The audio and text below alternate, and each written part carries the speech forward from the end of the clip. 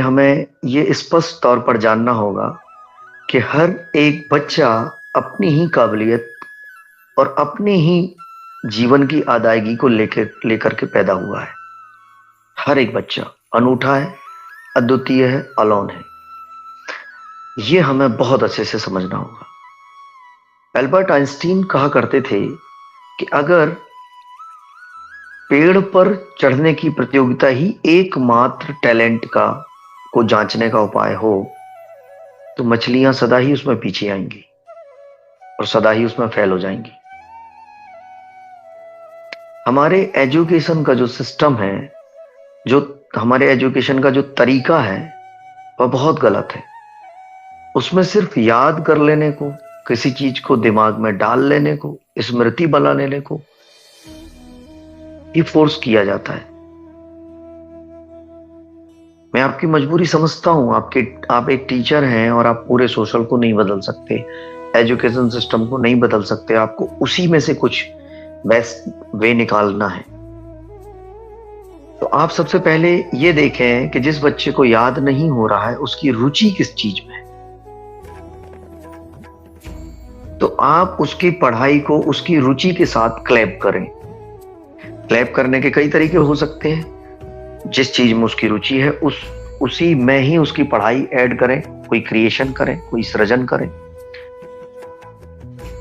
या फिर उसे पहले अपने प्रिय काम को पूरी तरह से कर लेने दें और फिर पढ़ाई पर लेके आए, या उसे ये लालच दें कि अगर वो इतनी पढ़ाई करता है, इतनी चीज को याद करता है, तो उसे उसकी रुचि का काम करने मिलेगा, अदरवाइज नहीं मिलेगा।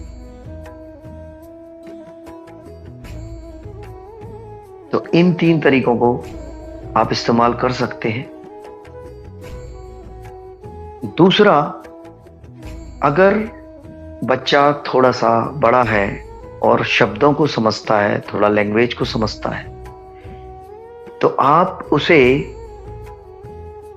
योग निद्रा के माध्यम से पढ़ाएं। अगर आप बच्चों को या किसी भी व्यक्ति को 2 बार अगर आपने ये पढ़ाई करा दी, तो वह उसके लिए जीवन भर के लिए कंप्लीट हो जाएगी। यह साइकिल कंप्लीट हुआ। अगर आप योग निद्रा के बारे में और जानना चाहेंगे तो मैं आपको उसमें अलग से सेशन देके बता दूंगा कि कैसे करानी। तो पहला मैंने आपको बताया कि आप उसकी रुचि के कार्य के से कनेक्ट करें उसकी पढ़ाई को, और दूसरा मैंने आपको बताया कि योग निद्रा में ले जाके उसको पढ़ाएं, और तीसरा है कि सम अमाउंट ऑफ मेडिटेशन, उसके जिंदगी में छोटा सा कोई ध्यान का क्षण लेके आए। तो सबसे पहले अपनी जिंदगी में लेके आए और फिर उसकी जिंदगी में लेके जाएं। तो ध्यान का क्षण अगर आप लेके चले गए, तब भी उसकी स्मरण शक्ति में एक गजब का ग्रोथ होगा और गजब का विकास होगा।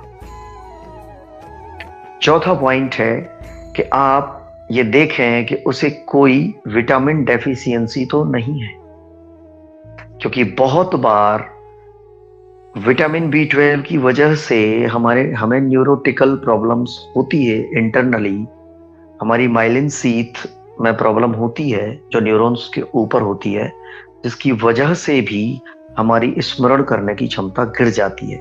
और विटामिन B12 का एब्जॉर्प्शन और अदर विटामिन का एब्जॉर्प्शन कई बार विटामिन D पे रिस्पॉन्स करता है, विटामिन D की कमी से होता है।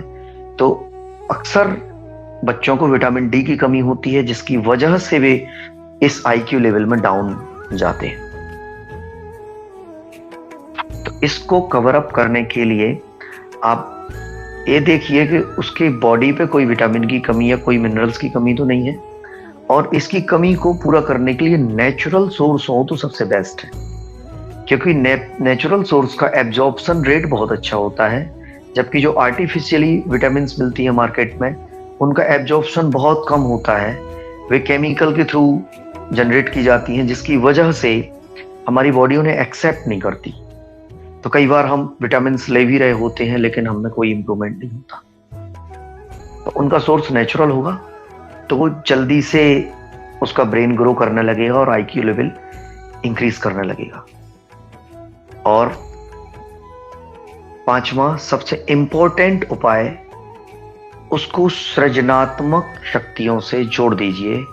कहने का मेरा मतलब है कि उसके भीतर जो सृजनात्मक शक्ति बह रही है, क्रिएटिव फोर्स जो बह रही है, उसको एक्टिवेट कर दीजिए। उसका आईक्यू बहुत हाई हो जाएगा। रटवाने की बजाय उसकी क्रिएटिव फोर्स पर काम कीजिए।